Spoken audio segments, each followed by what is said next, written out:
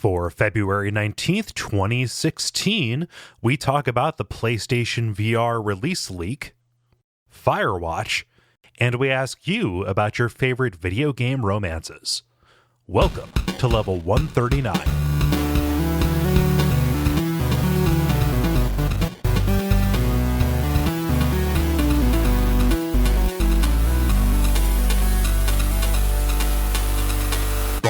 My name is Cole Ross. I'm Dennis Furia.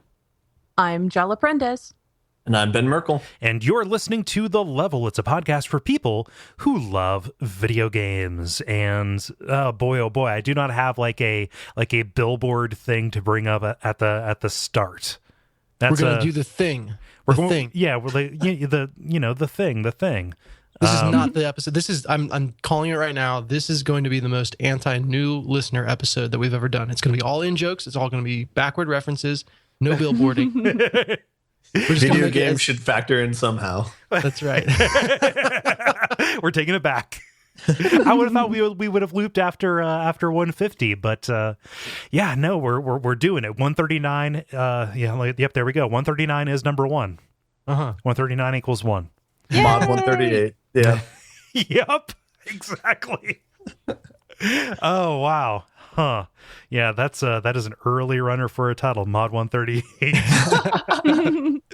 Oh, because that's a good joke. That was good. It's almost like you do math or something. That's what they say at work, too. Did they bully you at work, Ben? Yeah. Bunch of programmers. Oh. Yeah. They just give you I was about to say knuckle sandwiches. What I mean is noogies. Why don't we call noogies knuckle sandwiches, guys? I don't know. It would fit. It's like, It's why kind is of like boxing an rings open fair? face. An open face knuckle sandwich.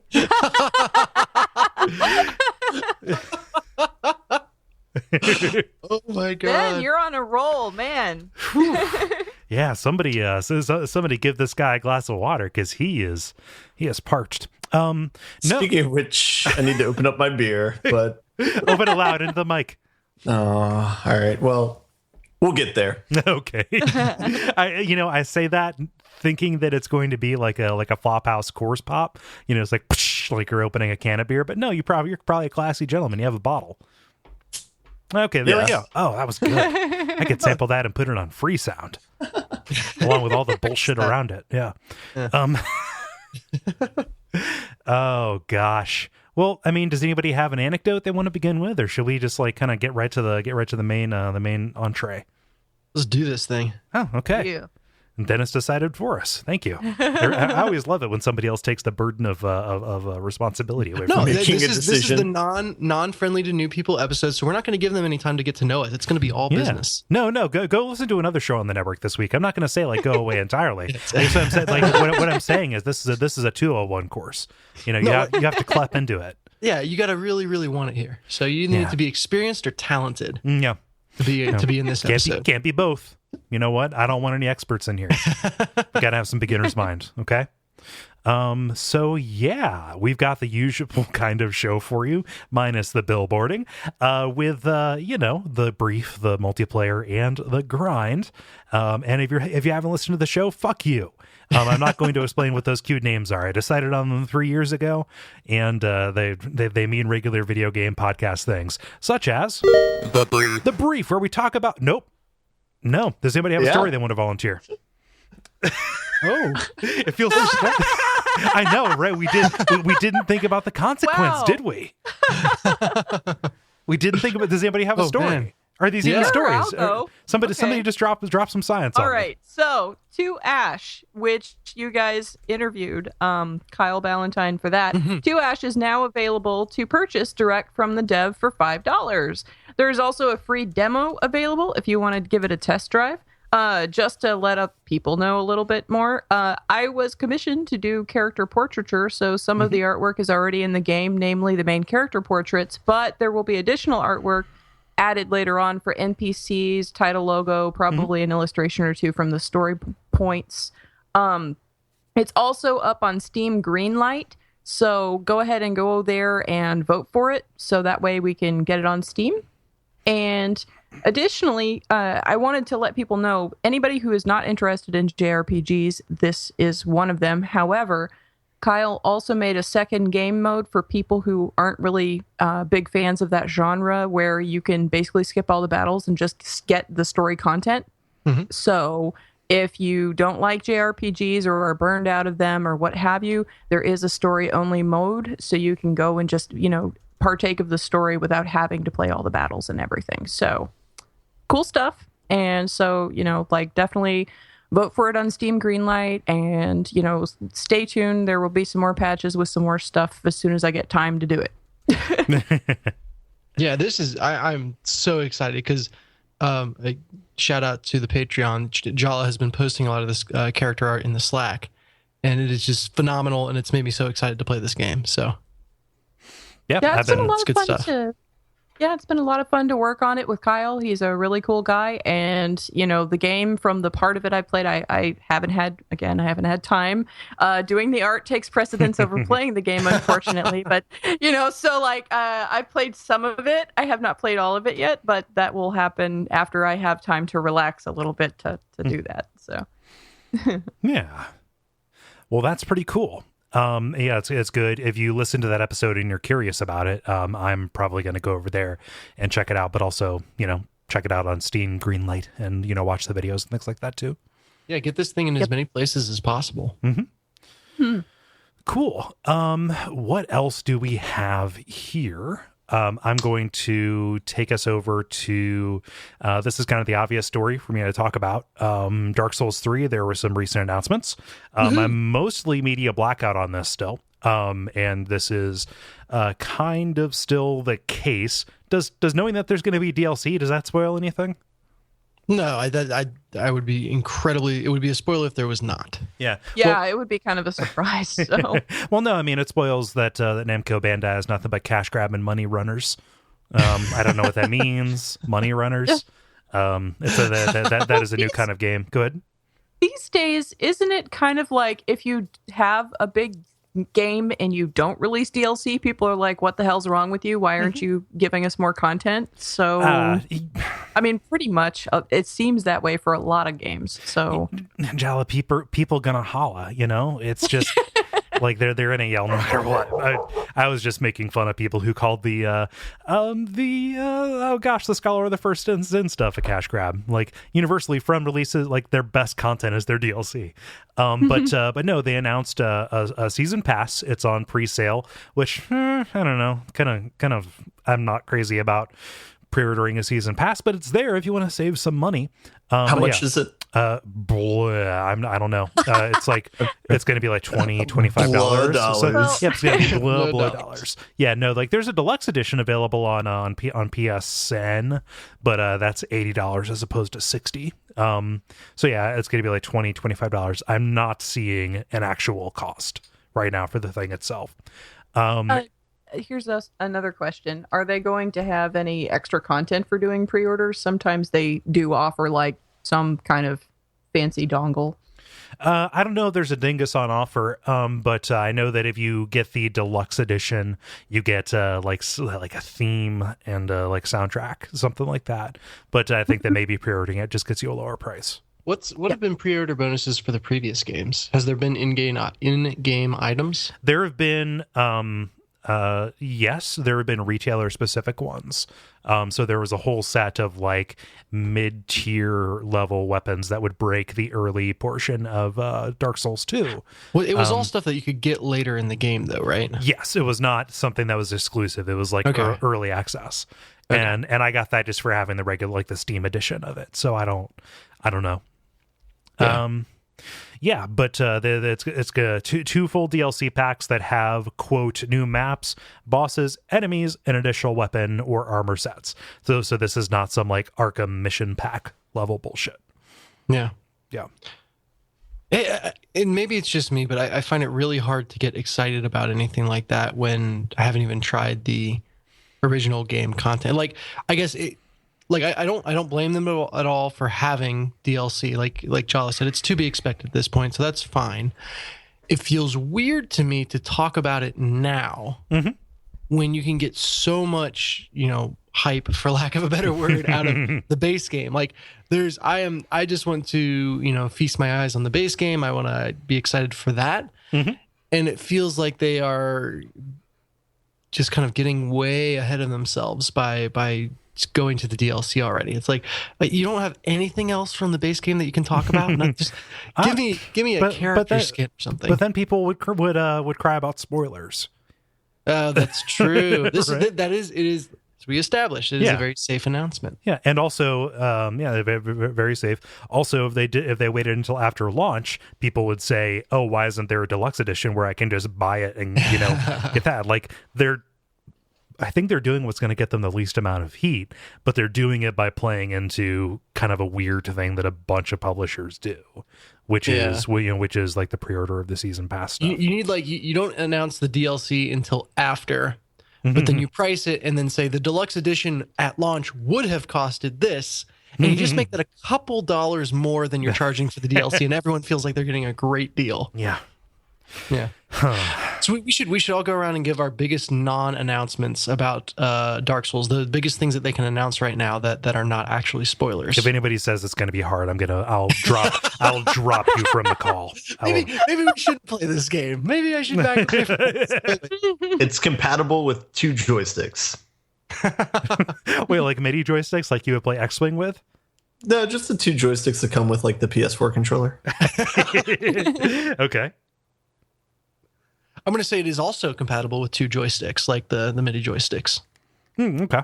All right. That would be surprising, actually. So it goes against this. I don't know if I like this game, Dennis. It's the least challenging, like the guy beat it with the Guitar Hero controller and then all that. So this is giving him just too over an embarrassment of riches. It's going to be playable with the, was it the Armored Core? The Steel Battalion. Yeah. Yes. Excuse me. Steel Battalion. I was going to say Armored Core is a From Software game. Oh. Yeah. Well, they need to invent some ridiculously elaborate control panel and then make Dark Souls playable on it. True. It is just control individual joints. It'll be like Quap. Quap Souls. Jala, how about you? It's going to be on Oculus. You know what? I would actually prefer to play Oculus games that are third person. Yeah. Don't give me that. Don't give me that first person stuff to make me sick. Although there's a lot of camera spinning in Dark Souls. I'm going to say at least one of the bosses or areas is going to be named in such a way that I will call the name evocative on an episode of Bonfireside Chat. Now that's a prediction you can control, though. Right? I can just make it happen, which is self-fulfilling prophecy. Self-fulfilling prophecy doesn't count, Cole. Yeah, that's what makes it safe. Yeah, the game will be such complete horseshit. It sucks from beginning to end. You're like, I've got to find one thing in here to call evocative. I've got to find one thing. The game being good and something being evocative, that's not mutually exclusive. Oh, that's fair. Yeah, that's true. Also, Dark Souls 1 is backward compatible on Xbox One for people who have that or care. Oh, I thought you were talking about Demon Souls for a second. I was about to lose my mind. The not Dark Souls 1, not Demon Souls. Yeah. Wow. Okay. Yeah, no, I would love it if I would love it if they brought Demon Souls to modern systems. No, that would be huge. That would be awesome. And that's why I was my jaw was on the floor for a second. Don't do that to me, Cole. Sorry. Oh man. Let's see, Dennis. How about you? You got a story? I do. A little bit of a whoopsie daisy on the part of the CEO of GameStop. He let slip when PlayStation VR will start shipping, and it is this fall. And he quickly kind of walked it back and did the typical, we're actually not sure. But he stated pretty clearly that it's going to be this fall in an interview. The bigger thing, though, is that the Oculus Rift is going to start shipping March 28th, and that's crazy close. For how long Oculus and VR and all this crap has been in the hype hopper, I never thought the day would actually be upon us, and now it's a month out. So that's just... And just to totally take this in a completely unrelated direction, when you said Oculus Lift, I was just thinking about it in terms of Uber, and I was just wow, and my brain went somewhere else, and I didn't even pay attention to the rest of what you were saying. It'll take you anywhere. Oculus Lift. They virtually take you places. Yeah, exactly. They come to the bar, they put one of the headsets on you, they simulate the drive home, and then you throw up. And then once you're emptied out from the motion sickness, then the actual lift comes. Yeah, save a lot of money on car cleanup. Yeah. But anyway, so yeah, this is all, coming in the next couple of months here, and it's just it's weird. Just that we're in an age where we have so much information on these things and so many demos, and so like it's just been such a thing for so long that it's really weird that this is like going to be out. Mm-hmm. I don't know. Yeah. I will say though, just to continue, because the story was originally about the PlayStation VR. My prediction, not related to Dark Souls, but also out of my control, is that PlayStation VR is actually going to get a lot more traction than the Oculus Rift. Huh? Yeah. Now you're talking crazy. Yeah, I think having we all know the PlayStation 4 has been, really incredibly successful with this generation of consoles. So it's just got a massive presence. And I think having that kind of branded support or console dedicated support behind it, the Oculus might be kind of a scary, I got to buy this piece of hardware and then go find all the stuff that works with it. And, it's basically the same reasons that someone would prefer a console over PC are going to be the reasons that people prefer a PlayStation VR over an Oculus Rift. I think I smell toast. Whoa, I couldn't disagree with you more.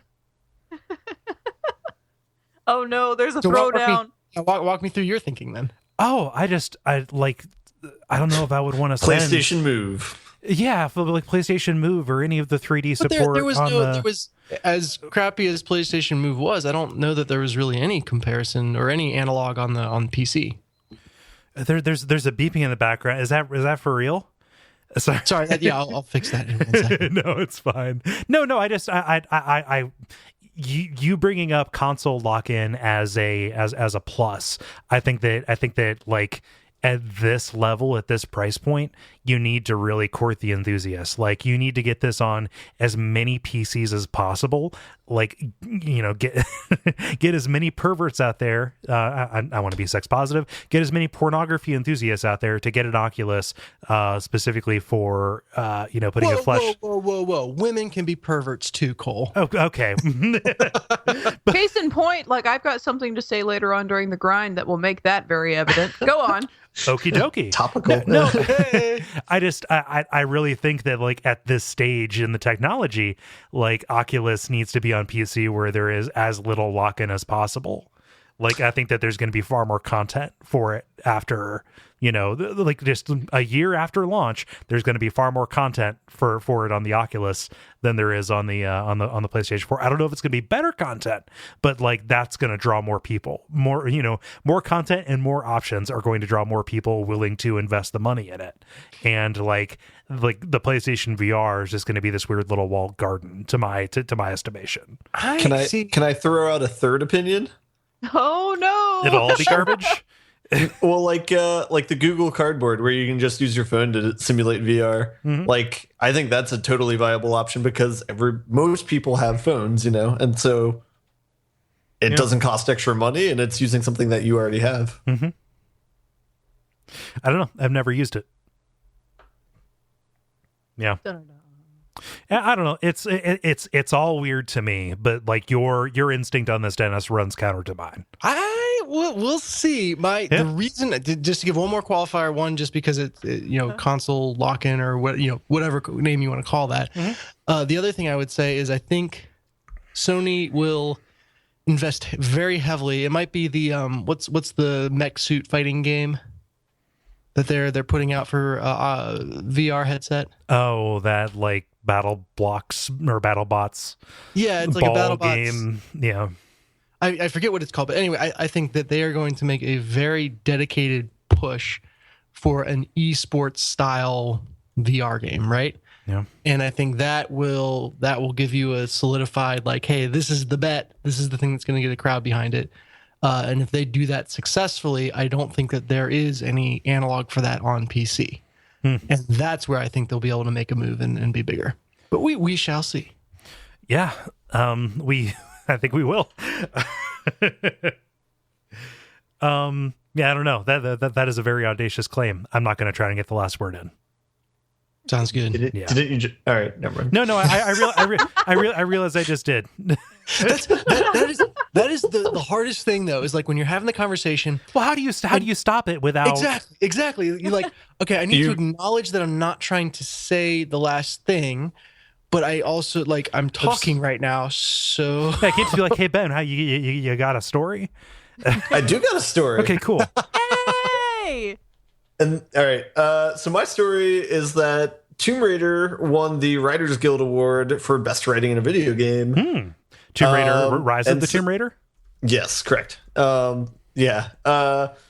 And so I was looking up, apparently the year before Last of Us got it for best writing, so it seems like a pretty legitimate award. But yeah, so I thought that was interesting. It beat out two other games. It beat out Pillars of Autumn, which I have not played, or Pillars of Eternity, excuse me. Yeah, that's the new Baldur's Gate alike. Yeah, not the Cosmic Picture. And then it also beat out The Witcher 3 and Assassin's Creed, which that's fine. Because like even though The Witcher is really good, I could see another game having a more compelling narrative, perhaps, end to end. So yeah, I just thought that was interesting. That makes me excited to play it whenever it comes out for PC or PS4. Oh, it's already out. Is it? Yeah, it came out on PC like here really recently. Yep. But not on PS4? Not that I know of. Gotcha. Okay. no, that's You're waiting on PS4 for a bit. It was one of those timed exclusive bullshit things. Yeah. Okay, but check and see if your PC can run it. Like the previous one was really, really effectively optimized. Why would you bring up a PC being able to or not being able to run things? Why would you? I'm not specifically trying to like make you angry. You can't. You just let's draw a wide circle around that topic just in its entirety. Cool. Are we gonna have beef now? Are you gonna do this every time I say something? No, it's not you. It is not. You could not have known. I'm just gonna put it out there now. I need at least a month of not talking about system requirements. Okay. It's good. Is that why you're so full of piss and vinegar tonight, Dennis? Yeah, it is. It is totally why. He's watching XCOM Let's Plays and just furiously crying. No, I refuse. I will not. Engage with that game one little bit, and I'm close to going back to Enemy Within. Like I've got a run that I'm partway through on that, and I want to go back to it. I just need some space. In fact, I don't even know if I'm really comfortable recording on this Mac, this piece of crap machine that can't run anything. So maybe I need to hop out. No, we should do Tandem XCOM 2, where somebody can play it and then you can watch it on Steam, but then issue the commands. Commander and whatever's above Commander. You should put a link out on on Craigslist to see if you can find an XCOM surrogate. Yeah, an XCOM surrogate. Just hire yourself out as a... Oh my gosh. You could probably do that on Slack with somebody who has the game, because you can broadcast, from your PC to somebody else. So, you could totally do that on Steam with somebody from the listenership. Or no, and then maybe they would calm you the hell down, Dennis. Well, that would be a lot of time with one person, though. they would just have to sit there for the tens of minutes that I'm just thinking. No. So here's what I'm saying: you don't take full responsibility for a run, right? Like you're not in it for for the long haul from beginning to end. What you do is you take your unsullied perspective, right, and you hire yourself out as an ex-consultant. An ex-consultant? Yes. An ex-consultant. Yes. And so exactly. So when somebody gets stuck or they want to know what's up, they pay a nominal fee, and then you let them know what's up. Like they send you screenshots, they pipe you in, and you say, hey, based on all the factors here, and then you make the call. Yeah. Having not played the game myself, but having thought about what it would be like to play the game a whole lot. You've run the scenarios. I think you're ready for this. Right. I've reached that level of XCOM clairvoyance where I don't need to play the game. I am in touch with the soul of XCOM. Untold numbers of XCOM sequels have already been created in your head. Yes, I've played them all. I can actually say that XCOM 2 was in the top 25% of how those games could have gone. But the 3 and 4, I think, will just surpass it even again. So. Yeah, no. And if Firaxis wants to figure out how they can get that to the 10 or 5, they've got your number. Yeah. Really, they should be paying me to play the game. So if you guys, I know you're listening, can just send me a PC that will run the damn thing, we'll be square. I'm done talking about this. And we're done. Multiplayer. Now it is time for multiplayer. Dennis. Yes. I can't say what it is. I got it. I'm going to read the question here as soon as I navigate to Facebook and bring it up. That's way too much information, actually. Oh, damn it. All right. Yeah. Seriously. Yeah, we don't want to explain anything. Are we even giving them the... Or should they just I don't know if we should have explained this. You guys know. No, I have nobody say that word anymore. Dennis, just read the sentence and we will go into it. Sorry. So sorry. With Valentine's... Can we ask things still? Ben, But not you're identify? so bad at this game. You're breaking so many rules that you don't even understand. And Man, I need to go get a drink. God. Okay, all right. Go get a drink. No, I'll be fine. Okay. I'll troop on. All right.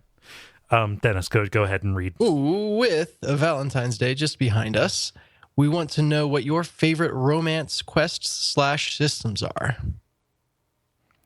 Okay, and I will pick up with Chase, who says, Harvest Moon 64 was my first introduction into gamified relationships. In hindsight, it's pretty basic, but 11-year-old me was pretty impressed with how involved each of the storylines could get. I'm Harvest Moon is a complete blind spot for me. It was mentioned multiple times by some of the listeners, actually. Yeah, people dig on it. It is basic. It is kind of the like even Dragon Age does the same thing, which is find whatever the person likes and give enough of them to this person until you earn enough P points. Mm-hmm. Technical term. Yeah, technical term. But I played SNES, like the SNES Harvest Moon, and it very much is. I kind of wonder, like, how much like dating sims or things like this Harvest Moon have contributed to the idea that, well, if I just do enough nice things for a person, they owe me sex. Yeah, right. Not to turn it into my usual thing here, but yeah. Well, it's what I would say is the type of, and wow, I'm probably gonna get mail about this, by which I mean Cole will get mail about this. But the type of person who really wants to play like the hardcore dating sim, that's what it's all about game, is probably also the type of person who wants to be able to control it, because nothing would feel worse than playing that and then finding out you're not only incompetent at real life dating, but you're incompetent at this game about dating as well. Yeah. So my guess is that the systems in those kinds of games are probably relatively basic. Yeah, and to put it more generously, let me know if I'm wrong here, but I think to put it in a way that probably casts that person in a more kind light would be that games are empowerment fantasies, right? Most of the time. And why would you want to enter into that situation to feel bad about yourself, especially because it is something that so clearly reflects on a pretty large portion of human experience. You don't want to feel bad about yourself, you know? Cole the diplomat today. I like that. That's well said. Well said. Yeah. Jala, what does Christopher say? Christopher says, Planescape Torment. I remember playing through the ones with Anna and Fall from Grace at different times, of course. Not really quests, just dialogue trees. But they, like the rest of the game, were so well written.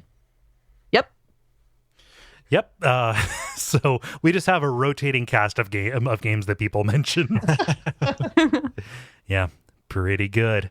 No, I forget Anna, but I remember Falls from Grace, and Falls from Grace is really good because that's hilarious. Because when I played through, I ended up like being coupley with Anna rather than Falls from Grace. So is Anna the Tiefling? Yeah. Okay, there we go. And Falls from Grace is the half angel who runs the brothel. Yep.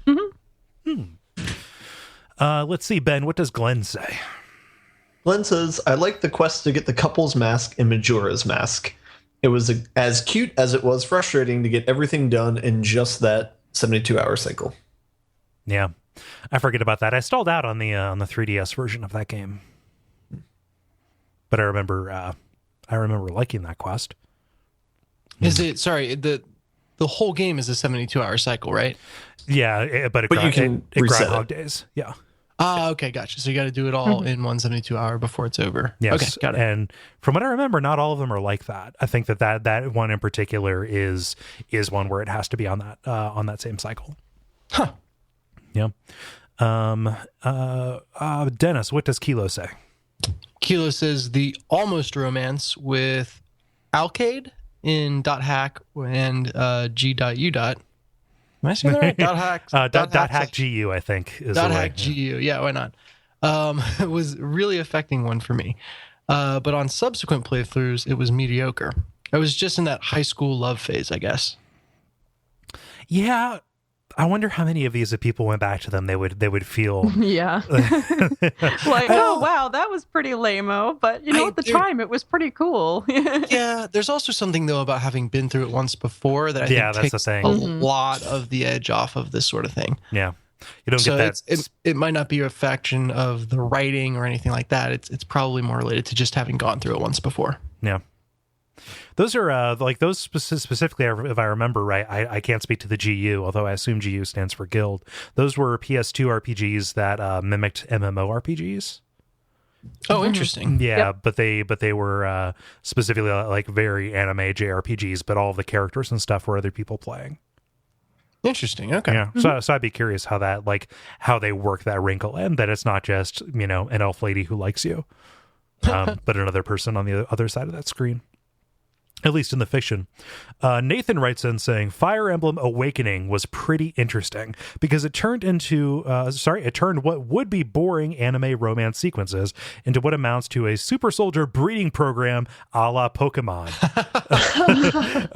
And there's a spoiler in the next sentence, which I'm going to leave that out just in case somebody cares, because that is a very beloved game if it's the 3DS one. Yeah, no, that's pretty good. There isn't something similar in Massive Chalice, right? Like that recent strategy game that Double Fine did. I didn't play it yet. Yeah. People seem to like it. Yep, that's a thing. Yeah. Apparently no one on the podcast. Well, it's just... People. We didn't say which people. I'm not that crazy about Double Fine's non-retro stuff. Let's see. Jala, what does Carlos say? Carlos says, Persona 4 Golden really gave me the high school feeling of keeping an eye out for the girl you liked and hanging out casually. Hashtag GA is best girl. I'll believe you. Man, I really want to play Persona 4 Golden. I've had it on I've had my eye on that for a while. I picked it up for $10 like over the holidays. So the one PlayStation Plus game that I neglected to download in the month that it was available was Persona 3. Oh, wow. And I was so mad because I'm really intrigued by that series. Yeah. And it's a really high quality game. And just, I missed the window and I was like, the one time, of course. I could have missed Doug's Big Adventure or Retro Ball or whatever. A Doug game? Patty's Revenge. It's Woe Dave. The game's name is Woe Dave. Okay.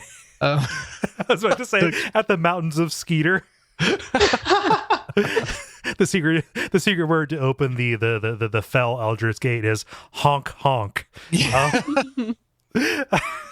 Pretty good. There has to have been a Doug video game, right? Oh yeah, we did one. We covered it for Abject Suffering. There was one on Game Boy Color. Yeah, it was actually called Doug's Big Game, so I wasn't that far off. But it was based on the Disney Doug, and that's not canon. Yeah. But no, there's a person whose opinion on these things I really respect, Riff from the Video Games Hot Dog podcast, and he says that Persona 3 is like a dry practice run for Persona 4. That it is Persona 4 just has better, more engaging characters. I've heard good things about both. But yeah, I trust his opinion on that. Sure. Which is why I'm a little bit more gun shy. If we end up doing a Persona game for WAF, it'll probably be 4. Mostly because we can play it on Vitas. Oh yeah. How long has 4 been out? Oh, forever. That was a 2008. Yep, PS2 game in 2008. Wow. Yeah. Wow. Okay. Very late PS2 game. Let us see here. Who do we have? That was Jala. Ben. What does Roop say? Roop says, the dating in Killer is Dead is just the worst. But on a serious note, I have always loved the subtle relationships that Jane Jensen had in her games. Gabe and Grace and Gabriel Knight, and a possible crush with Malachi and David. Malachi and David and Mobius. Never played Mobius. Definitely Gabe and Grace are pretty good. Even in 2. But then it becomes just funny. Yeah, it's interesting to think about like a game writer or a game creator as the driving force behind what makes the romance relationships good. That makes sense to me. I mean, that those are probably more dependent on writing than any other system, right? So I think so, yeah, or at least their ability to convey genuine human things. Yeah. Let's see here, Dennis. What does Brandon say? Brandon's, he waxes poetic. This is sweet. He says, I fell in true love with my Demon's Great Axe in Dark Souls. While everyone else attended the Gala Ball in Anne Orlando, I spent all my time down in the depths polishing my axe. Even the Great Club and DS2 couldn't replace my beloved Choppy. It's sweet. That's just, it warms my heart. Yeah, no, that's true devotion. Polishing it, isn't that like that? That's the really rough hewn one from the Bed of Chaos or whatever, or Lost Izalith. Sorry, just the slammy one. Yeah, the one that's kind of just a hammer. So that one it's got axe in name only. That one got 3 thumbs. The what? No, that response got 3 thumbs. Gotcha. I was like, I totally missed the thumb system in Dark Souls. You can chop off thumbs? Yeah, no, you turn them in for a bounty. Well, also the Majora's Mask one also got a bunch of thumbs too. If you want to talk about it. Well, that was just gotta give props to Glenn. Yeah, I don't want to make a practice of talking about how many thumbs things got. Brandon's just went up 1 thumb. Here we go. No, but it's just funny. He broke the rules, but it was popular, so I guess we're gonna allow it. Let's see here. Mike writes in saying, because I'm the worst, I like my romance complicated and sad. Show me a doomed or star-crossed relationship and I'm all in. Without getting into spoilers, I really enjoyed how Steins Gate juxtaposes romance and time travel. Can you move heaven and earth to save someone you love? And if you do, can you live with what it cost you? Or as you Groundhog Day yourself over and over, do you discover that you love someone else? Someone who doesn't remember the time you spent together? A phantom relationship? Overall, romance and love is hard work, and any game that treats it as such gets a gold star from me. Yeah, I really like the idea because I've never seen it before of, the time travel, got to go back and fix the one thing obsession, gradually making you realize that it was something else that you wanted the entire time. That's really intriguing. That's also the entire premise of Braid. Very fair. Yeah. Also, I believe there's a pretty cool text game called Save the Date that I've heard a lot about that does something really similar, which is there's a date that ends with the entire world being destroyed. And you have to go back and relive it and try and figure out how it works. And if I'm remembering that incorrectly, please forgive me. Well, there was also, I had said a news story a while back about a game that was all dedicated to like 5 minutes of your life right before you get killed over and over again. Oh, yeah. Yeah, so like that's something that's actually out there a bit. It's like Futurama. Oh, that episode's super sad. Oh, yeah, I know which one you're talking about. Yeah. Let's see here. Jala, what does Ollie say? Hi, Ollie. Ollie says, I don't know about best, but the one I had the least fun doing was GTA 4. It felt like 70% of the game was keeping girlfriends or cousins happy by repeating the same little mini mission and choices over and over again. I believe that is why it is the least fondly remembered of the Grand Theft Auto games. A huge misstep in an otherwise enjoyable game. Yeah. I mean, so good. I'd be curious to hear what he thinks about Grand Theft Auto San Andreas, because that had similar elements that did, where it just painted relationship as completely as a game. Yeah, I don't know. But was it as like intrusive to where they would call you and demand to hang out? That part may not have been as intrusive. Yeah. Well, it was set in the early 90s, so it didn't have a cell phone. Yeah. Yeah, I can't disagree. I have enough trouble with people like trying to get hold of me in real life. That's a game I suck at, so I don't need that in an actual game. Let's see here. Ben, what does Alex say? Alex says, the one that sticks out the most in my mind would be the romance friendship system from Star Ocean 2.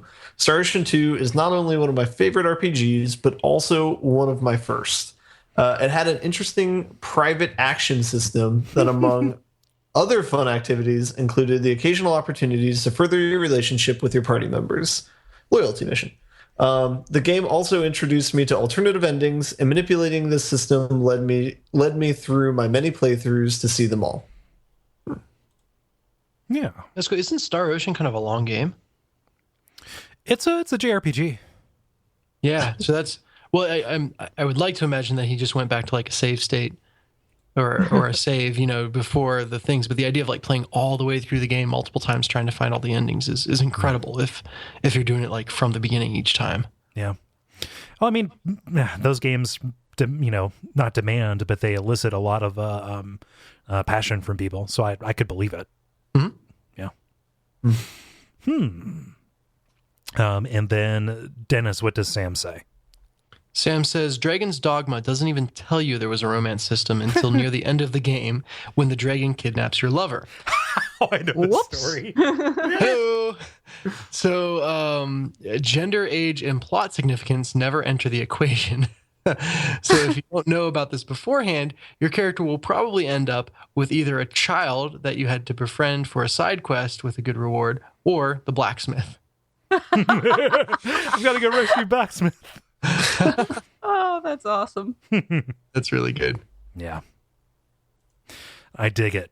Yeah, that is a funny story. That's pretty similar to like Final Fantasy VII. There is a romance system that really only comes into play in the first disc, where the person who you have the most like affection points for goes on the date with you with the gold saucer. Mm-hmm. And it can be either Eris, Tifa, or Yuffie. And then if you do not have any of those people with any kind of points, you get Barrett, which is fun. Nice. Yeah, and just like he's like, I'm no more happy about this than you are. You'd be like, hey, I'm really happy about this. Yeah, So I want I'm to get just to know so you. glad. Like we're good friends. We've gotten a lot closer since you hired me to blow up that town, that city. Let's see. Spoiler. Ben, we really have to have a talk about this. I only like calling out the ridiculous spoilers now. Okay, cool. Yeah, it's funny. We do self-censor around you a lot. The princess is in the 8th castle. Spoiler. Oh, gosh. Let's see here. Kyle writes in saying, mine is .hackgu for sure on PS2. My roommate at the time forced me to romance the male character, and their wedding was beautiful. I'm sure it was. Aww. Huh, in-game weddings. I attended an EverQuest wedding. I think I crashed it. Is that right? Yeah, it was in Freeport. It was over in North or East Freeport, wherever paladins could go, because they were not they were not outlawed by the evil militiaman leader. I crashed a wedding, so I'd be curious how much they mimic the awkwardness of that. That's funny. Yeah. Did you buy an in-game copy of Wedding Crashers and leave it at the gift registry? I made one. Okay. Oh, yeah, nice. I wrote I really all that I did was I acted it out with emotes and moving around. Yeah. Jala, what does Brian say? Brian says, my favorite romance is actually mod added to Baldur's Gate 1 and 2 with Zan, the terminally gloomy elf. It's pretty well written, doesn't break his characterization, and has a tragic ending for people who prefer that, and a way to triumph against the odds for hopeful types. Then again, maybe it's just because I modeled the PC and Zan's interactions after my wife and my relationship. Wait, He doesn't specify if you get the hopeful one or the downtrodden one. Yeah, there are a lot of but I would questions. assume. So this is very intriguing, entry. Yeah, this raises more questions than it answers. Did you mod this? Huh. We'll wait for your response. Yeah, no, we'll be here. Don't worry. Ben, what does David say? David says Harvest Moon was my first and probably favorite system. If you wanted to get a wife, you damn well had to work for it. taking potentially valuable time and resources away to steal the deal. Like that was a path in that game. You had to give something up to do it. Huh. And then Dennis, what does Gordon say? Gordon says Garish and Shep forever, but the Kinsey romance in Saints Row 4 was incredible. Agreed on both counts. That was the picture for this question. Yes, it was. It was the entirety of the Kinsey of the Kinsey boss relationship is you walk up to her and say, "Hey, Kinsey, want to fuck?" And she says, "Yeah," and then she punches you and jumps up and you kiss. No, the Garrus one, like that was actually because you couldn't do that until Mass Effect 3. And that was really satisfying because that is one of the few characters you would have had around from the beginning. Mm-hmm. And so it was kind of like, oh, like we've been through this and the world is about to end. Like it really sold like the camaraderie thing. That and also, what's her name? The Quarian, Tally. The same thing with her too. Like any of those ones that like got to age along with all of the entries. Like is Tally the one who's always behind the mask with the glowing eyes? Yes. Interesting. And she takes off the mask for you, but you don't get it. You don't get to see it. It's just from behind. Oh, okay. Yeah. I thought it was because they couldn't take off the mask. Like, doesn't that mean she'll die? No. She explains that like it's nothing worse than like a moderate allergic reaction, just because of how short the interaction was. Heyo. Oh, Mass Effect burn. Probably one of my favorite pieces of that game is when the Joker tells the joke about why are we turning around? We're only halfway there. And it's like, I got it in game. So nice. I like me some Mass Effect humor. Pretty good. Let's see. So I think that's everybody. We've reached time. Let's go through ours. I'm going to say mine real quick. I tend to, go through these because as I think I've said in the past, like the romance subplots are like a good way to get to know a character. Mm-hmm. It's a way to get, to spend more time with them and get them to be like a little bit more vulnerable. And I realize I sound like a sociopath when I say that. Mass Effect 2 is really good for that, specifically with Jack, because that is one of the ones where, because of the upbringing she's had and how kind of like hard she is, it doesn't resolve it. Like if you have sex with her, you don't actually succeed. The way to like consummate that is to say, you know what, we're just going to like sit here and talk for a while. And I don't say that to sound like a sensitive boy, or anything, but like, wow, that really takes the way those things normally shakes out and, modifies it to be appropriate to the character. Mm-hmm. And then I'm going to throw in a really honorable mention here for Firewatch. Just because that is a game, in a lot of ways about two people, getting to know each other. Yeah, sure. Yeah. Who wants to go next? I'll throw out one. Oh. Okay. Ben first. I'll just throw out Knights of the Old Republic with Basta. I mean, I thought that was a good character, and since they, at that point in time, they hadn't branched out to multiple options, it seems like they were able to devote a lot of resources to specific character building because they knew kind of who you'd be after. I guess you could also be with Karth, too, was the other option. Oh, were those the only two romance options, Bastila and Karth? I believe so. Okay. Yep. You couldn't romance HK-47? He did not take kindly to it. Yeah. He kept on talking about my meat bags. Like, I don't know. Jala, how about you? Well, my answer is actually related to listener Michael, who didn't get read. He and I both picked the same game. We both mentioned Azure Dreams. And the reason I had to think about this question, really, but this one came to mind because there's a rival character to the main guy, and the rival in the Japanese version anyway, you can romance and, have a relationship with. And then there's a bunch of other females in town that you can also have a relationship with. The interesting thing is Michael just said that, oh, yeah, there was a guy and you could romance him. But it was my impression that you could only actually, because I tried really hard and I never did get him to like me.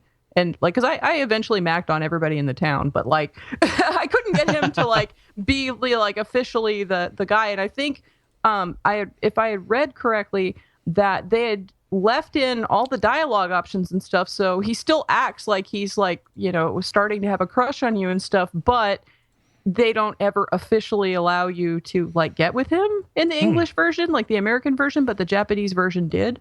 So, but anyway, it's still really bleedingly obvious that you can end up with that character. And it was interesting to me because for that time period, it was a really early PS1 game. And, it was also on like old regular Game Boy. So like the romance system was in the PS1 game though. Mm-hmm. So for that far back to have had that option, even leaving the dialogue in and everything in America, given the conservatism at the time, is pretty cool. So. Nice. That's fine. I didn't realize it was that daring. Yep. Nice. Dennis, how about you? Yeah, the most rewarding one for me was actually in Dragon Age Origins. And I didn't read any, facts about what the right thing to do was or who I should chase or whatever, and just wound up going after Liliana. She's like she's like the archer lady from the convent or whatever, very innocent out in the world for the first time. But the interesting thing was I played as like a really stout dwarf guy, and I don't to this I was just Googling to find out whether or not, like, I never got to the whole like, hey, we're actually lovers now. The ending like conversation I got from her was like, oh yeah, let's travel the world together and go on adventures, and it was a very like close friend thing, kind of like what you described with Jack. Mm-hmm. And I don't know if I don't even want to call it mess something up, because that felt more true to what I had gone through with the character. Because, like I said, it's like this stocky dwarf guy and this lady, and that just, I think it would have felt a little weird if it ended with, yeah, now we're, hookup buddies now or whatever, so. But that is probably the one that I put the most time into. And even though I didn't get the official, like, quote unquote good ending, it still felt true to the characters. Nice. So it was a satisfying system. Yeah. I liked the way the Morgan romance turned out in 1 as well. I think, she seemed to be kind of set up as like the main interest, or the ones that the writers primarily had in mind. Mm-hmm. And I think that it initially started out with, I'm just going to try, messing around with some other characters to see if they actually put thought into it. And it was interesting to see that they did. But what was Morgan's thing? And in the first one, it was like the final choice that it came down to. Okay, gotcha. Yeah. Neat. So thank you everybody for writing in. If you want to participate in this, I'm tempted. You should already know everything. Yeah, right? You should. There's a Facebook thing. We talked about Facebook systems. That's all the information you need to know. The grind. Now it is time for the grind. Jala. Okay. So the first thing that I'm going to talk about is Joe Dever's Lone Wolf HD Remastered. It's based on the Lone Wolf Choose Your Own Adventure books from back in the day, which ironically, the Gray Star. I never played those because you had to write up a character sheet and keep track of a lot of stuff, and it was just too much effort for what I was interested in putting forth when it wasn't like a full-on D&D campaign. It was a book, so I was like, whatever. So I never did play those. But I bought this on sale a while back when it was $3 or $4 and decided to start it up. And I had this impression that it was more action intense, so I was surprised to find out that it plays more like sorcery, only with real-time button taps and directional mouse swivel stuff during fight scenes and some of the non-combat action parts. Basically, if you like sorcery, you'll like this game. There's a little bit more tooling into, the different aspects of your character, and there is a leveling system and everything based on your combat, but, it still plays more text-based than anything else. Anyway, I'm playing this on Steam, but it's actually a revamp of iOS games. I did not even know it was on iOS. So I would say that it plays optimally on iOS, though, because it's intended for screen taps with your finger in different places and slashes and circles and stuff made with your finger on the touch screen. For like invoking glyphs or something like that, or... No, for like different parts of the combat, like, to use the summer sword really, really, hardcore and do like extra damage, you have to tap the hell out of, this one particular part and fill up a bar. And, to do a certain type of sword slash, you have to slash, your finger, or rather in this case, the mouse across the screen and so on. Timed, like quick time events essentially, but geared towards having a touch screen. And here's another one of those times where me being left-handed makes it irritating for me to play that part, because I'm left-handed, but I'm not so left-handed that I need a left-handed mouse. I have a right-handed mouse, and normally that's fine, except in this case because I have to tap the hell out of something and then right after that swivel it around and do some other stuff. So I basically have to take both hands and put them on the mouse to play. That sounds like a nightmare, Jala. Yeah, it's irritating, but it's not unplayable. It's not like with the Shower with Your Dad simulator, which that one I just could not really play or get very far in because the directional pad was all on the right hand, So anyway, yeah, it's challenging. So like for me, it's optimal on iOS. If you are left-handed listeners and you want to play this game, I would recommend you just get it on iOS or, whatever.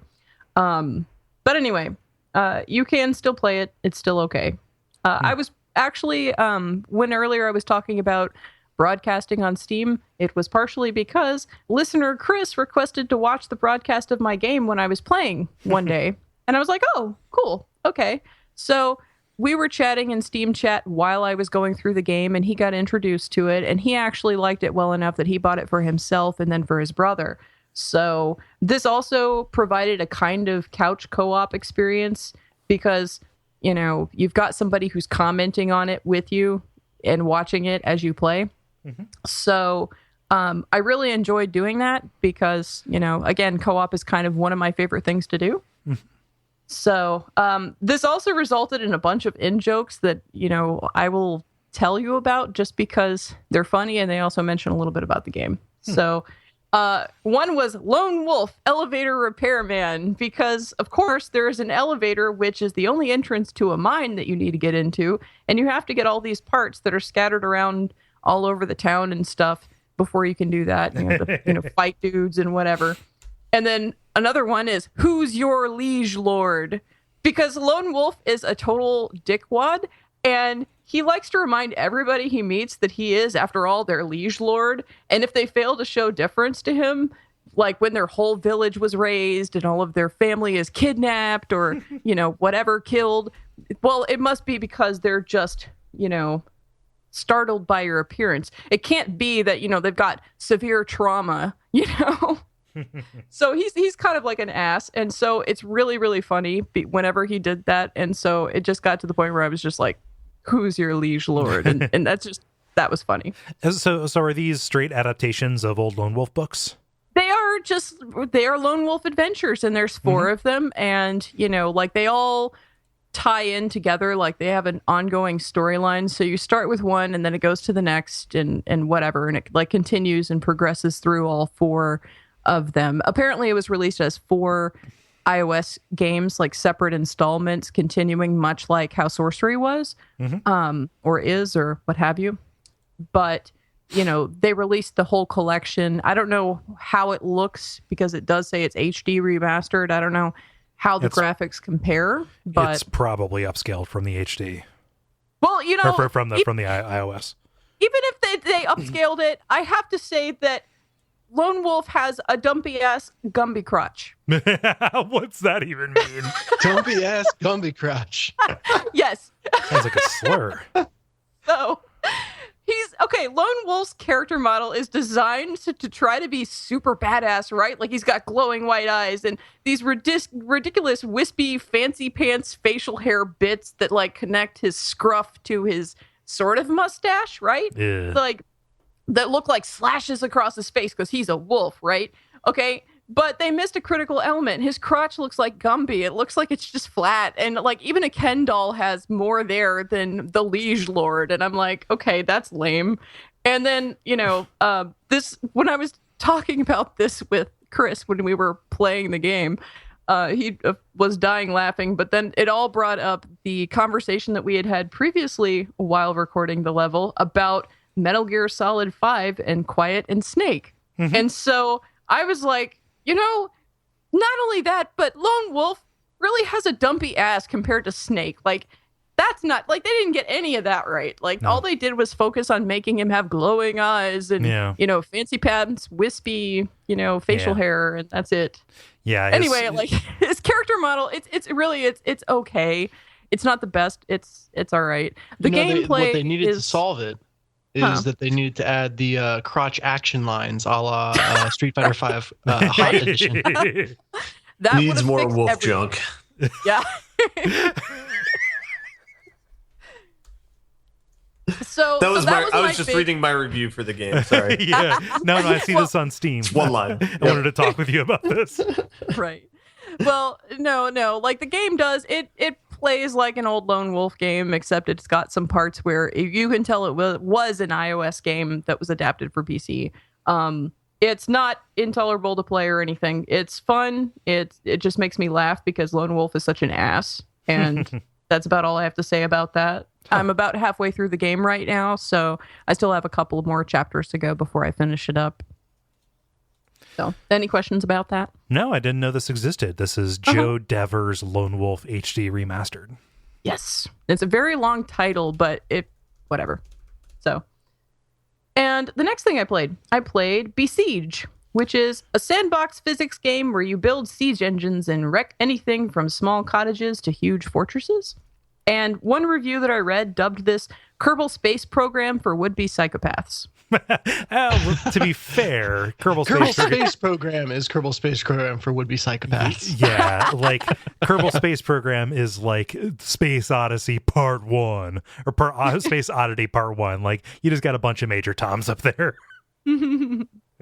Huh. Well, this is a game that's also on Steam. It's in early access mode, so they're still doing stuff to it. I mean, it's complete. It doesn't feel incomplete, but it feels like they could add more features, which is what most of the reviews were requesting. Add this feature, add this feature. So I don't know how much of that'll get added in before they finally drop it out of early access mode. But anyway, you have access to parts to build anything from war tanks to flying bombers. Flying seems to be kind of tricky, like getting the stuff to work right to actually fly. But then again, I'm not very good at it so far, mostly because I need to learn more about all the different parts because there's like a bunch of different stuff you can go through. There's like there's a definite design vocabulary for this. Yeah, definitely. And the thing is that if you go into the Steam Workshop, I would totally recommend, even if you don't want to buy this game, go look at the Steam Workshop and look at some of the stuff that other people have made. It's crazy. Like, I would just open that up and play with their toys that they made because that would actually be a lot of fun. But it has a lot of possibilities. It's an open game. If you make something that's too large, it can kind of slow down your frame rate. So, there are some things they need to tweak, but it has simple controls. It's easy to get into. But I think the best part of this, for me anyway, would be streaming it and chatting with other people who give input on, what you're building, or independently creating war machines and then comparing and contrasting later on with other people who play. Some of the things that I wish that they would add in that they don't have, at least not, to any great extent at this point, are like a tutorial that would help tip you off onto how to better your creations, not just like here's how to play, but like here's how to make it work right. You're looking for medieval Clippy. Yeah, you need Clippy. Oh, So, it looks like you're trying to. Yeah. yeah. And then also like an adjustable camera or like a slow, like there is a swivel camera, but I mean, like I want to have a camera able to be positioned in different places, and then like a slow-mo replay would be really fun. And somebody else had mentioned in one of the reviews about a map editor, and that would be pretty cool too. So, but it's still a fun game. If you just like to, create things of destruction and burn villages and stuff, like have fun. There's a thing for that. It's also fairly inexpensive too. Yeah. I waited for a sale, of course, but it's a thing. So that's another one. Another one I've been playing is Impossible Draw. It is an iOS reflex game where you have to draw symbols to unlock a path through an endless data grid. They appear in front of you as roadblocks, and you need to draw them really quickly and accurately in order to unlock them and progress.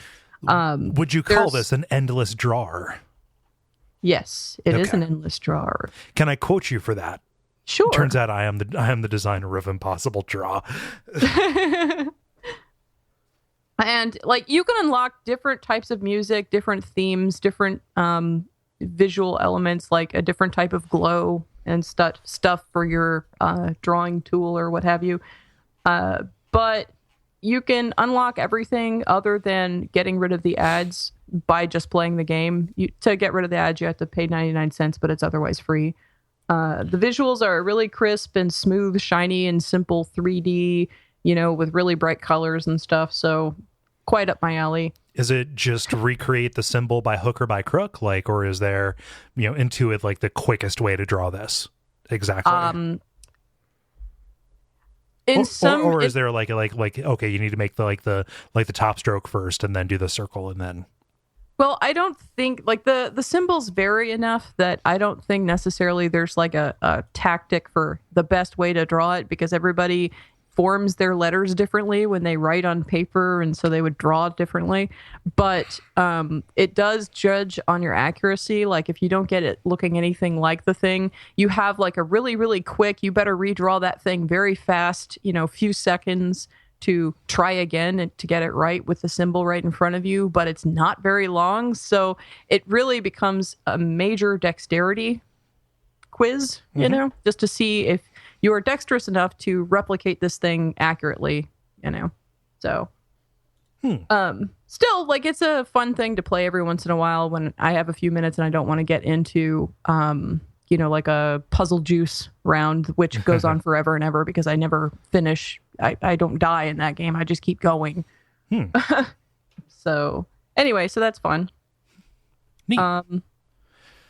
And the last one is Horror Escape. It's a room escape. The first 9 levels are free on iOS, but you don't really need to pay for the rest of them because there are a million variants of this room escape out there on iOS App Store. So like the same developer, Trapped, you can, just search that or search for room escape and you'll find 50 million. I've also played Paranormal Escape, Psycho Escape, Doomsday Escape, Hellgate Escape. You would think some of these would be like redundant, but whatever. They are all individual. I still have like 5 or 6 more to go before I run out of them. It's always, dismaying is the wrong word, but it's kind of the one that comes to mind. It's a little bit dismaying when you see a genre be commodified like that. Yeah, and so some of them are better than others. I would say that Horror Escape is one of the better ones. Some of the other ones you can tell were some of their earlier apps. But even if you get stuck in the game, like if you just can't figure out what you need to do next, they actually have walkthrough videos that you can watch by just, waiting for an ad to end, and then you can see the walkthrough video and it'll show you whatever you need to do. So it's just like a time killer thing to do in between things. Like if you're stuck in a line somewhere, hey, why not pull up a room escape and, play a level? Yeah. So that's it. Those are things I played. Can you give an example of like the kind of puzzle you would see in Horror Escape? Oh, some of them are really ridiculous. Like, you have to, in order to get this key, you have to find a code, and the code is spread out throughout the room in these different parts, but you have to solve like a visual puzzle on the wall by rearranging parts, and then break this piece of glass over here with this other tool that you find somewhere else in the room, and then it falls and shows you one of the numbers, that kind of thing, where it's just like you just have to go around and mess with everything and combine things, and eventually you can figure it out. Some of them are harder than others, and I want to say that Horror Escape itself is probably the more complicated or complex one when it comes to the types of puzzles that are in it. Some of the other ones are just ridiculous, just completely stupid. So, but, it's a good, quick time killer for 5 minutes while you're sitting in a line at a post office or whatever. So. Which I do a lot. Yeah. Yeah. A lot of mail-in. Gotta do it, Yep. So that's all. Huh. Ben, how about you? So I think I have just one. I beat Firewatch over the week. Can we tag team it, because I beat Firewatch yesterday? So I was thinking of, how do you feel about doing a spoiler cast of it? Maybe, I don't know. I feel pretty good about doing a spoiler cast. We would need to schedule it. Okay. Yes, we would probably need to schedule it. I don't know that I could do it tonight. I would like to. I would definitely like to talk about the game's merits right now. Okay. Like, talk about what it does well. I think we can do that without kind of going into like specifics of what happens, because like, there's a lot of this that you can kind of extrapolate from the premise of it. You're out here in the wilderness, semi alone, talking with one person, and things happen, and you just wonder where somebody's mind will go during that time, right? And I think that there's plenty, like, aesthetically and like play wise, we can hit too. Sure. Yeah, I mean, I think the thing that this game does well is like the style of it is really nice. Like, it's the first game that I've played that I feel like I'm camping in, or that gives like an accurate depiction of that. I don't know. Okay, overall, like, out of 5 stars, how many stars would you give it, Cole? I give like a 4. Okay. Yeah, that's about where I would be at. Maybe like a 3 or 4, maybe. Like, it's good. It's fine. Like, the style's good. I had some beef with the narrative. Like, parts of it I really liked. Parts of it I thought were kind of unnecessary. Yeah. Where it's full of red herrings, right? And like, depending on what you like to see in a piece of fiction, you might be disappointed that some of those red herrings don't pan out. I do feel that every game that has come out recently feels like it needs to be like Portal, in a sense, where it's like where it's like something sinister is going on that you're not aware of, and like that's the narrative thrust of the game. Yeah. So I feel like maybe some of that was going on here, and I don't know. I can see how that plays. Like, I can draw a I could say like a thesis statement about why those fake outs work, like on a thematic level. Like, they satisfied me that they didn't ultimately go where they led, where you thought they were going to, just because of kind of what it ultimately ends up being. And you can read that into the way it begins too, right? Just certain things about the way life is and the stories we like to tell ourselves, all kind of play in the stories we tell ourselves and the stories we tell each other, right? Like, I think that is a pretty strong theme, but like, I don't know, it could be a fake out if you want, if the game steers away from a direction you were really excited to see it go. Well, it's not that I was excited to see it go in a certain direction. It just seems like it was committed in one direction, and maybe didn't pay off in that direction. I don't know. What'd you think of the dialogue?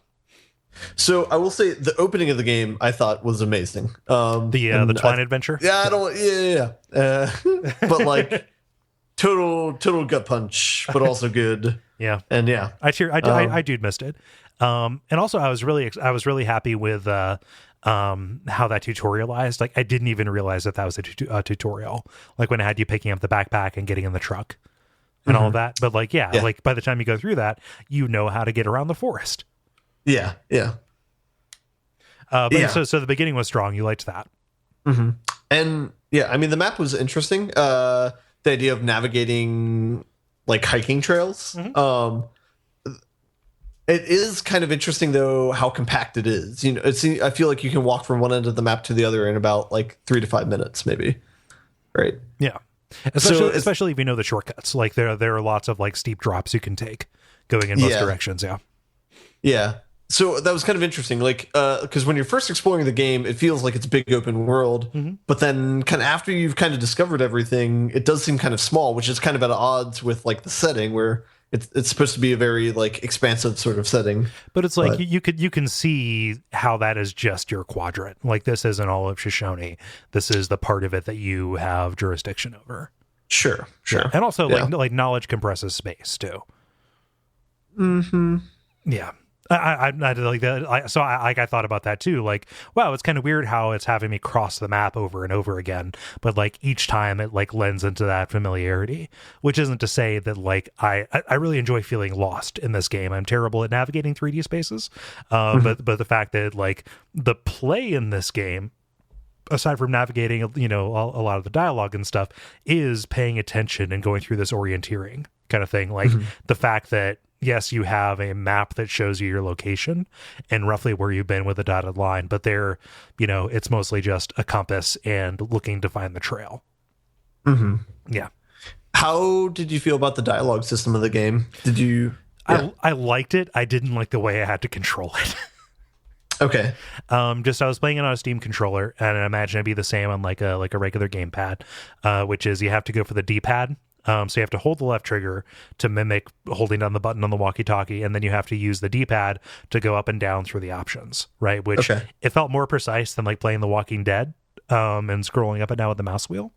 But I liked the dialogue system because it felt subtle in a way that like a bunch of these other kind of conversation driven games don't. The things that it remembered and the things that it kind of like led to, you know, even going down to what I reported and what I didn't, that all felt very kind of like satisfying, and kind of like natural in a way that like something that obviously has like branches would feel a little bit forced or artificial. Right. So that was pretty cool. Like they kind of leaned into like, yeah, you're not going to decide if somebody lives or dies. Like it's going to be it's going to be small. And I loved how small that system ultimately ended up being, you know, in terms of theme, you know. How about you? How did that react? Yeah, no, I had the same reaction where I thought it was interesting that the kind of choices that you were making weren't governing any sort of like large effect. It was very interpersonal sort of decisions, you know. Basically, a lot of it, your decisions were determining how you were presenting yourself to the other person. Yeah. So I thought that was interesting. What did you think of the dialogue itself? What do you mean?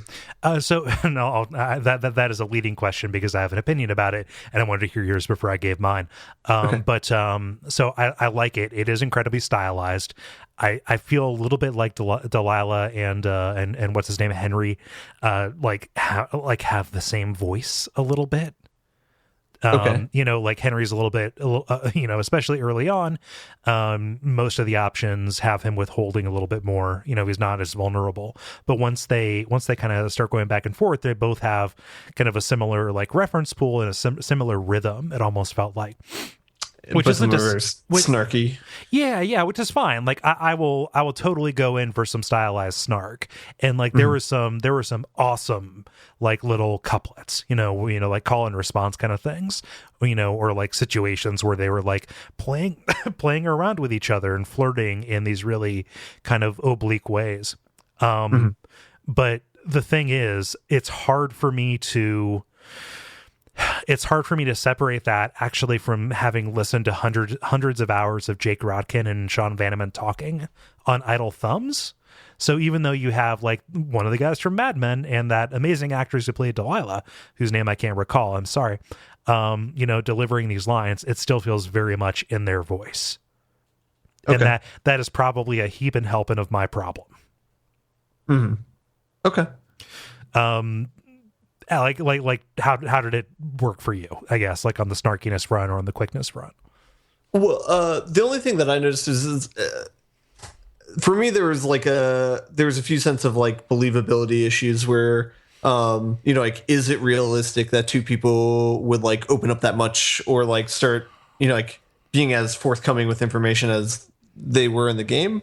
But it's kind of hard to imagine yourself in that situation as well. So you kind of don't know how you would react in that situation. So that was kind of the only beef I had with it is I wasn't 100% on board of two people developing a relationship that quickly in that situation, but I don't know. Yeah. I'm excited to go in and look and see kind of the different ways that this will like that the game branches like internally. Like this is like intra beat branching. But I understand that the game can end in different ways, right? Like there are going to be subtle differences there. I want to find out how it articulates, specifically because of how much they keep track of stuff. I feel bad that I didn't take advantage of the camera mechanic. What's the camera? Oh, okay, yeah. Just throughout the course of the game, you find a disposable camera, and you can take pictures of like cool sights that you find. Like I took a picture of a cool turtle I found, or like here's a sunset, or here's some light blowing through, or going through some smoke, But I didn't kill the roll, and they have this system where you can send off and get those photos printed. And like I kind of want to do that to get my feely before that service shuts down. So here's my question. Okay. First off, is there any in-game incentive for you to do that? Second off, can you, since it's a disposable camera, can you actually see what you took pictures of before you have it developed? The way that articulates is super cool. And I kind of don't want to say what ultimately happens with them, but like, yeah, you do not have ready access to them after you take them. Like it's just like a fun saver. I took pictures of all the notes that Henry made. Oh, yeah. Yeah. Oh, nice. Yeah. His wall of crazy. Yeah. Yeah. Yeah. His John Nash tribute. Oh gosh, it's a beautiful game though. Like I don't know what setting my PC was on when I played it, but like, man, oh man, like it is majestic. Was that a beautiful mind like segue / pun? Maybe because that was pretty on top of things. we always like to underline those when they happen. So I will say that I thought it was very beautiful, the setting. But it was hard for me to not compare it to The Witness, since that's so close in memory. It's so fresh. Yeah. And like they both have that similar style of you kind of wondering by yourself. They're very different games, of course, but I don't know, like I look at The Witness, and for as kind of broad as some of the like physical landscape features are, like I think that I got them confused just there. I think the Firewatch is definitely more stylized because like every day has different filters over it, like or different shaders. Like the different qualities of light or different times of day that you go out. So like I really loved seeing the different ways that like the different character that that this relatively small area would take on just because of like atmospheric conditions. Yeah, Firewatch is kind of like impressionistic nature, and The Witness is kind of like abstract nature. Yeah. I dig it. Like I recommend people play it because it is very self-contained and not very not very long, and B, because I think that there's something worthwhile there, like in the cracks when we're not talking about the actual substance of what goes on. Like this is like just systemically, it is really cool to walk around in this world. I would say, however, I would say I would wait until it goes to like $10 before I would purchase it. Yeah, if I were listening. Yeah. Okay. You're saying that just because you know that it eventually will, and probably relatively quickly. Yeah. I could also see this one going on like a bundle or something. So, this depends on how much you can wait to play it. So, yeah, cool. Did you have anything else, Ben? I think that's it. I did a little bit of Rocket League, and I did a little bit of Left 4 Dead 2 with Jala, but that's about it. Just small multiplayer things. Yeah, that was a thing that happened. Did either you, Dennis, or you, Jala, have any questions about Firewatch? No, I don't want to ask too many because I want to refresh myself. Yeah, I think it'll run on your computer, Dennis. Yay! / I hate you. You're just trying to rile him back up again. You can't show me a weakness. Dennis, how about you? Yeah, I had just one game that I played new this week. We had friends in town, and one of the nights just got like stupid drunk with them at our place. So that was a fun time. But it's like late night, and both the girls had fallen asleep, and I'm just kind of hanging out with this guy, and we were like, "Wanna play a video game? Let's play a video game." What? And I was like looking, I was like, "Oh, I haven't tried this one yet," and it's a game called Chariot, which is a co-op platformer. where you are two people who are pulling a king's burial shroud, I don't know what to call it, in a chariot to his final resting place. And you kind of get to the entrance to like the cave of kings or whatever, and you're ready to drop him off. And he's like, whoa, this is not nearly good enough. Or rather, his ghost is like, whoa, this is not nearly good enough. Like, you need to pull me down deep into these caves, right? So the entire game is about you trying to navigate this kind of unwieldy cart through levels, and kind of pull it along with you to get it to the exit each time. So it's very, very physics based. You can at any point grappling hook onto one of the wheels of the cart, and your co-op partner can grappling hook onto the other wheel. And then you basically can, raise or lower yourself on the rope, or let out more rope, or pull it in, which can be either used to help you climb or, pull the cart somewhere, based on kind of a varying set of circumstances. So again, keep in mind, when we played this, we were both just smashed, like barely functioning smashed. And it was a surprising amount of fun that way, although I think most games are. We only got through the first couple of levels, but every time, there's kind of like the main level, and then there's that one side area that's like the really difficult puzzle that you're supposed to kind of come back to and figure out. Yeah, it's the third star. Yeah, it's exactly the third star. And we stopped and just like focused on those every time we found them, which was interesting. Especially because we were so unfamiliar with the game. We had just started playing it. And it was a lot of fun. It took a lot of teamwork and communication, which the best couch co-op games do. So many times, like even with Diablo 3, which is really fun couch co-op, you can just kind of play that in silence next to each other. You both have your thing and your thing, and you don't really need to communicate that much. But with this one, you're like actively talking each other through, okay, here's what I think we need to do. And then like, okay, I'm going to let out some ropes, so then now you can jump. And now you got to pull that back in, but wait until I'm kind of locked onto the ground here. And like, so it succeeded in that it was like, it forced us to do a lot of communicating, which again, because we were smashed, was more like, okay, I'm on the thingy. The thing is good now. Oh, you missed. Okay, hold on. I'm coming down to get you with. I'm going to go over here. Yeah. So that was entertaining. The one complaint I have is in those areas, usually it's, the object the way you pick up objects is you have to get the cart close enough to them. So you yourself can't pick up any of the stuff lying around. You have to get the cart close to it. And then it kind of like, gets sucked into this burial cart, which is funny because essentially you're like carting a medieval hearse around these levels if you focus on it too much. But if it gets close enough to the item you're trying to get, the item will start to kind of like shake, which is like, oh, you're almost there. And then we thought you had to get it a little bit closer after that, and that would trigger it actually getting to the cart. In reality, if you get it to the point where it's close enough that the object that you're trying to pick up is shaking, and then just hold it there, after 5 or so seconds, it'll move and go to the cart. Which for these challenge areas, that's like as close as you can get it. So we wasted all this time thinking like, okay, we're almost there. Now we need to do something really extreme to get it a little bit closer. When really what we need to do is just hold still for a couple seconds to solve it. So that added a significant amount of time and unnecessary experimentation to a puzzle that could have otherwise been solved much easier. Yeah. But other than explaining that piece of it a little bit better, it was really fun. How would this game work in single player? I don't know that it would. Because the challenge sections are explicitly marked with like a 2-player symbol.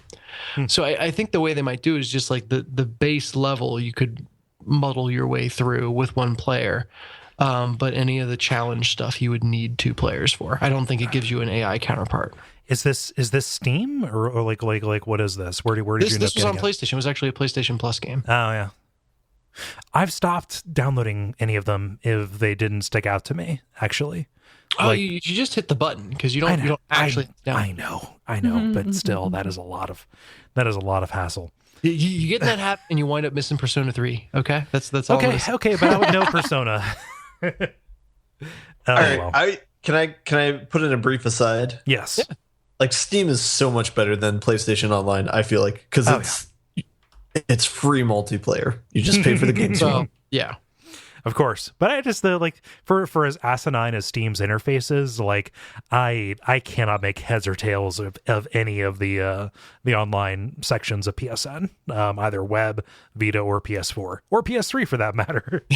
Like it's all very very poorly optimized and also very kind of like confusing. Like I'm not sure what information they want me to be able to see. Yeah. It's you think, well, I was going to say you think they could get something that simple right, but I think it's proving that is, that kind of structure is really not as simple as you would think it is. No, and I'm not saying I could do it better, but I just know where there's friction. Like there's enough friction there that I don't want to go get free stuff. Yeah. It's like it's, honestly, I wind up just Googling PSN Store once a month and doing it through the website. But even that, like it's kind of buried. Yeah. No, like what I want is go ahead. I was gonna say I completely agree with you guys, but on the flip side, the one thing I do really like about it is the predictive text when you're searching. So that like when you search 3 or 4 letters, it narrows down what the possibilities, what you can search for. Yeah. You know what I'm talking about? Yeah, I don't know. It is not completely bereft of elegance.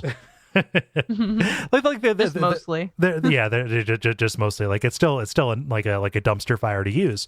I just like what I want is when I sign into a system, is like to get a message or to get like a bloop that says, "Hey, these free games you paid for, go here to get them, or press this button to claim all of them." Like the way that they have it set up now it feels like it is designed primarily to deny you the ability to get the things that you need. Like it is 7 layers deep on any of the interfaces to go get the like the free games that you want to get. And like I understand how ridiculous this is. Like I know I sound like a whiny baby, but like you want to make this a good experience. Yeah, you're paying, and before PlayStation 4, it was even more so that you were paying probably specifically to get access to these free games because on PS3 it was free online. And so, if that's what you're selling us on, you should make that easy to take advantage of. Yeah. But yeah, that's neither here nor there. It's a couple extra seconds to my life in the grand scheme of things. So right. Oh. But you came away with positive or at least neutral opinions. So I played. Of Chariot. I played. It was like the first 3 levels. There's some like in between crafting system that we were too drunk to understand. Yeah. So we just ignored it.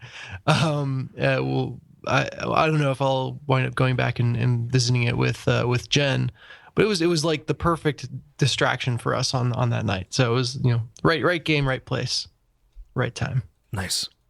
Other than that, I played a little more League of Legends. I'm at the point where I am just good enough to understand how terrible I am at the game, but not good enough to do anything about it yet. So it's a very frustrating place to be. Do you still have people who are willing to like help you out?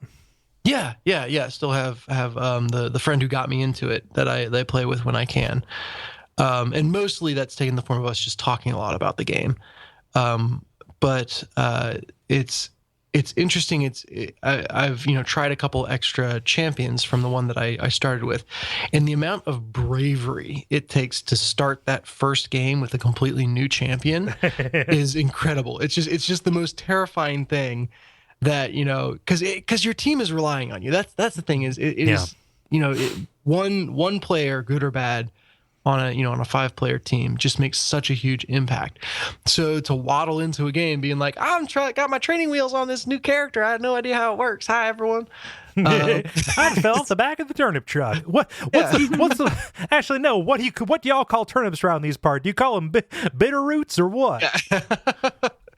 Exactly. It's like, okay, which one is my E button and which one is my W button again? Did I do that? Yeah. So it just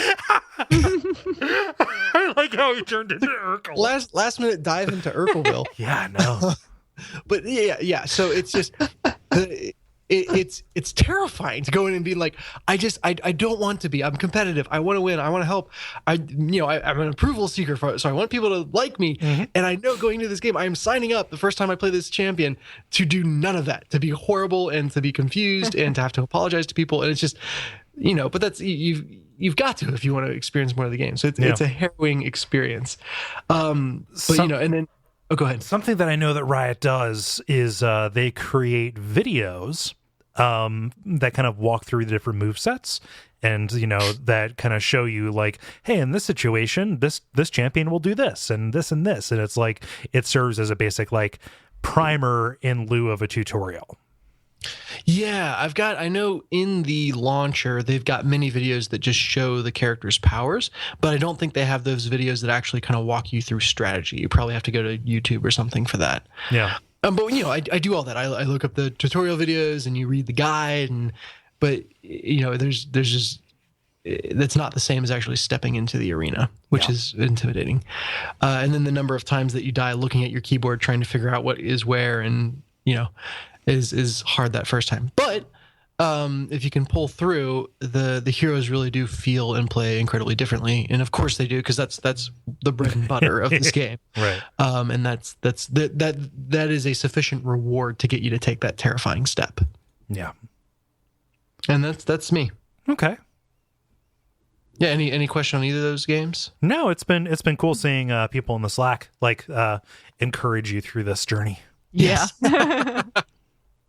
Which I would always love more people to play with. I haven't checked our co-op like hit list recently. I don't know if we have Riot names on there, but I will always take people to play with because I definitely do better than when I'm playing with randos. So I don't know if that just means I'm the one bringing everyone else down since they're the ones bringing me up, but I will take that for now as I learn. Nice. Cool. Well, do you all want to button it up? Buttons. Mm-hmm. All right. The credits. Now it is time for the credits.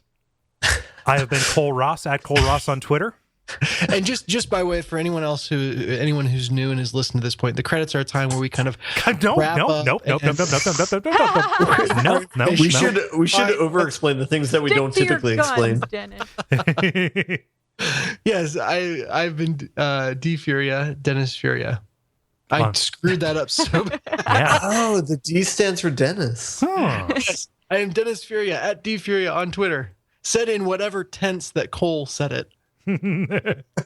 I don't care what tense it is, and where we're all talking about. Everybody's saying Twitter. I don't need to say that again, so I am just Jala-chan in places.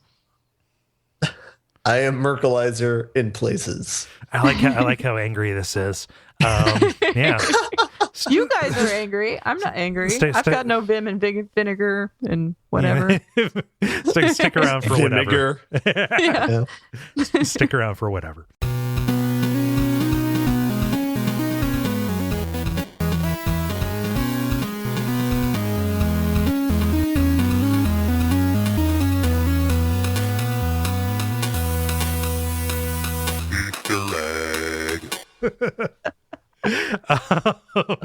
All right. Does anybody have a title they want to throw in? Blood dollars. Blood dollars? Blood dollars. You said blood dollars. Yes. Blood dollars. Oculus Lift and X-Consultant. X-Consultant. X-Consultant, yeah. Yeah. I got... Oh, go ahead, Ben. Go ahead. You go ahead. Okay, yeah, I've started writing down a ridiculous number of these since I've actually like I would always tell myself during the episode like, oh, that was so funny, I'll remember it no matter what. I don't have to. And now I've started actually writing them down because I always forget. But that means I have a ridiculous number of them now. Okay. So my far and away favorite is Open Face Knuckle Sandwich. Okay. I've got Cash Grab and Money Runners. Quap Souls. I can't even say it right. X-Consultant. X-Consultant. With XCOM all in caps and then SULTANT. Well, what was the Souls one? I'm sorry. Quap Souls. QWOP. Yeah. That was your joke, Cole. Okay. Yes. Dumpy Ass Gumby Crotch. I had that one as well. And then Needs More Wolf Junk. I had that one as well. I want to emphasize that far and away my favorite is Open Face Knuckle Sandwich. Yeah, I had Open Face Knuckle Sandwich and Needs More Wolf Junk, and also XCOM Sultans. Ben, I how had about all you? that. I had Hype Hopper, in case that one wasn't added. The Hype Hopper. Yeah. Okay. And I had the other three we already mentioned: XCOM Sultan, WS Gumby Crotch, and Needs More Wolf Junk. I had mod open 139, comma 138 close, Okay. which is an Excel joke. For mod 139, I had to look. I couldn't remember how the mod function worked. I had Open Face Knuckle Sandwich, XCOM Sultan, Needs More Wolf Junk, and squeaking in right at the end, dive into Urkelville. We got a lot. This is probably the most titles. The one Sarah that Smith I've started versus- tracking it. It's going to jack us up by like double. by about 25%. So the ones that stuck out are Needs More Wolf Junk and XCOM Sultan. And Open Face Knuckle Sandwich. Okay. So Dennis, you have cast your vote. I am a fan of Needs More Wolf Junk. Yeah, I like that one too. It does. for It obvious does have a reasons. ring to it. Yeah. I worry. I'm fine with any of them. I worry about XCOM Sultan because that works better in audio. Yeah. It does. Yeah. So let's leave that one as a nice surprise and just go with Needs More Wolf Junk. Yay! Sounds good. Okay. How can you argue against Wolf Junk? Oh, I'm excited. My downstairs neighbor moved out. Yay. And the door's unlocked, so I think I'm going to go downstairs and walk around his apartment to go take a look at it because I'm curious. That's so creepy. I know, right? I've never been in there. I thought you were going to say, like, find now the I can play bodies. DDR. I'm gonna go play DDR. I'm gonna play some Rock Band, it's no problem. No, I'm gonna go down there and walk around and see what it looks like. You need to blare "This Is Where We Used to Live" as loud as humanly possible. Is that the you need Mountain to Goat song? Broke into the old apartment. Oh no, I was thinking of Genesis 3:23, the Mountain Goat song. Oh no. You need to take pictures of yourself in areas that probably won't be decorated by the next person, and then periodically send those pictures to the person when they move in. Hey, you should pay more attention. Oh no. Yeah. All right, good And night, that's everybody. when you find the bodies. Oh, I've got to have my bodies down there so I can pin it on them. Oh god. All right, good night, everybody. Yeah. Nice. All right. Thank you so much. Night, Have a good guys. week. Yeah. You Have a guys good too. week. Yeah. Bye. See ya.